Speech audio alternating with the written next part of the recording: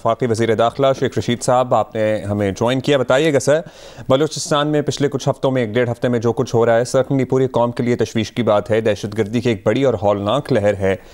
BLA ने although इसकी जिम्मेदारी कबूल की है, लेकिन आपके अपने सोर्सेस क्या बता रहे हैं? टारगेट इनका यही था जहाँ पे हमले किए जा रहे हैं, या टारगेट इनका कुछ और था और यहाँ पे उन्होंने हमला कर दिया? और ये BLA अकेली है या फिर और भी तंजीमें हैं जो इनके साथ शामिल हैं इन कार्रवाइयों में? देखें, पिछले चंद दिनों से BNA और TTP और दाइश मुख्तलिफ कार्रवाइयों में मसरूफ़ हैं, और हमने TTP के 2 लोगों को मारा है इस्लामाबाद में भी, और कल जो लोग मारे गए हैं, अभी उसका फ़ाइनल तो नहीं पता लग रहा कि वो कौन सा ग्रुप है, लेकिन जो 9 नुश्की में मारे गए हैं और पंगजोर में मारे गए हैं, और इसमें हमारे जवान शहीद हुए हैं, जिसमें एक मेजर शामिल हैं।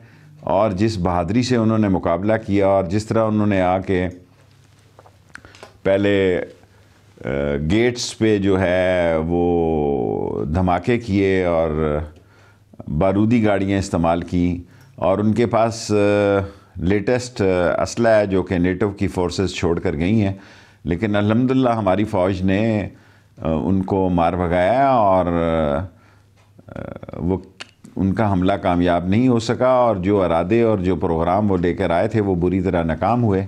और दोनों जगहों पे पाक फ़ौज जो है और उसके अदारे जो हैं, अल्हम्दुलिल्लाह वो मुकम्मल तरह पे उनका कंट्रोल है और उनके कंट्रोल में है। अच्छा शेख साहब, 1 साल पहले तक अफ़गानिस्तान में जो हुकूमत थी वो पाकिस्तान में दहशतगर्द के वाक़यात में मुलव्वस अफराद तक रसाई में एक रुकावट ही रही। अब ऐसा ऑब्वियसली नहीं है। अब हालात जो हैं इस लिहाज से देखा जाए तो बेहतर है। अफ़गानिस्तान और ईरान की हुकूमतों के साथ मिलकर इन दहशतगर्दों को मुकम्मल कुचल देने का वक्त क्या आ नहीं गया? कोई बातचीत इस हवाले से हो रही है? मेरा ख़्याल है कि तालिबान ने TTP को समझाने की पूरी कोशिश की है, वो नहीं समझ रहे। और वहाँ दाइश भी है, कुन्नड़ में, नगहार में, नूरिस्तान में, पक्तिया में, खोस्त में, ये सारे हमारे बॉर्डर इलाके हैं, यहाँ पे ये मौजूद हैं और ये गाहे बगाहे हमला कर रहे हैं और इनके हमलों में इजाफा हुआ है। कुछ रोज़ पहले इन्होंने तुर्बत में भी हमारे 10 जवानों को शहीद किया। आपकी गुफ्तगू से लग रहा है एक नेक्सस है। BLA ने ऑल्दो जिम्मेदारी कबूल की, लेकिन TTP भी है, दाइश भी, आपने कहा ये सारे मिलके अपैरेंटली एक अलायंस है जो पाकिस्तान के ख़िलाफ़ बरसर पैकार हैं लोग। अब बताइएगा कि इस लेवल के मामला सर्टनली वफाकी हुकूमत खुद ही देखती है, लेकिन बहरहाल सूबाई हुकूमत का भी एक किरदार होता है। वो लोग जो सिक्योरिटी पे काम कर रहे हैं, जो यकीन दहानियाँ कराई गई हैं, मकामी ग्रुपों से जो राब्ते होने चाहिए वो हैं।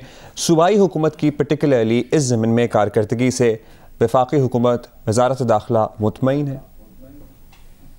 देखें, हमने तमाम सूबाई हुकूमतों को और तमाम ज़िम्मेदार हलकों को और तमाम अदारों को कल फिर दोबारा हाई अलर्ट जारी किया है कि इनको अमन व अमान को यकीनी बनाया जाए, इन पे नज़र रखी जाए और इनको फ़र्स्ट हैंड इनसे निपटा जाए।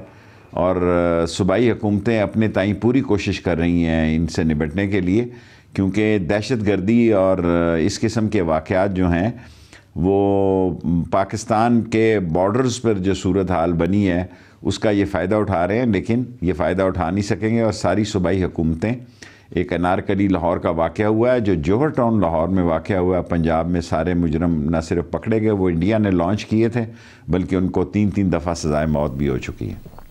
अच्छा शेख साहब, ऑब्वियसली हम बहुत कुछ सोच रहे हैं, लेकिन जब मुल्क पर इतना नाजुक वक्त आ पड़ा है तो सबको मिलकर पूरी तवज्जो से ही काम करना पड़ेगा। और इस मौके पर हसास वजारतों में तब्दीली की ज़रूरत, आपको लगता है कि कोई तब्दीली की ज़रूरत महसूस हुई है, या फिर आपको लगता है कि इसका नुकसान हो सकता है अगर इस वक्त कोई चेंजेस लाए?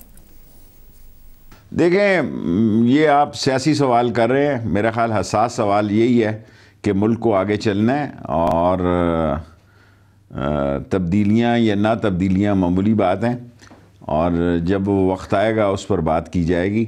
अभी तो वक्त ये है कि सबको इकट्ठा होकर इन सब लोगों का और हालात का मुकाबला करना है। इमरान खान की क़यादत में इंशाअल्लाह हम सब इकट्ठे हैं और पाक फ़ौज इनको बहुत बुरे तरीके से शिकस्त देगी। हमने 80,000 जवानों की और सिविलियन की और बच्चों की शहादतों का एक रिकॉर्ड है जो दुनिया में कहीं मौजूद नहीं, जिसने दहशत गर्दी को शिकस्त। सर्टनली सबको मिलकर मुकाबला करना है। अब सियासी बात हो ही रही है, तो लास्टली शेख साहब आपसे ये जानना चाहेंगे कि सबको मिलकर दहशत गर्दी से लड़ना है, इसका मुकाबला करना है, पहले भी किया है।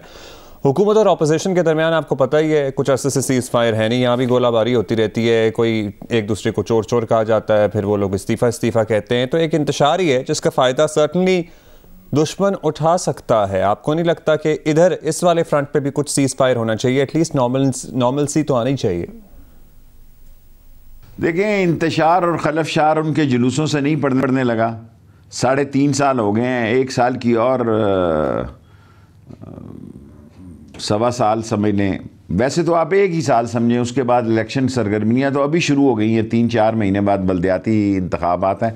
चोर को चोर कहते हैं, और जो भागे हैं और जिन्होंने गलत डॉक्यूमेंट के ज़रिए भागे हैं और गलत डॉक्यूमेंट के साथ स्टे कर रहे हैं, उनको एक्सपोज कर रहे हैं कि ये बुज़दिल लोग हैं कि ख़ुद कोरोना से बच के इलाज नहीं करवा रहे और कौम को कहते हैं कि कोरोना में सड़कों पे निकलें। ऐसी बुज़दिल क़ियादत जो है उसको एक्सपोज करना भी कौमी ज़िम्मेदारी है। बाकी अपोजिशन से बातचीत होनी चाहिए, बातचीत के लिए हम तैयार हैं, लेकिन जो प्राइम मिनिस्टर कहते हैं कि जिन्होंने इसके मुल्क के ख़जाने को लूटा है और दौलत बाहर लेकर गए हैं, उनसे बात नहीं हो सकती।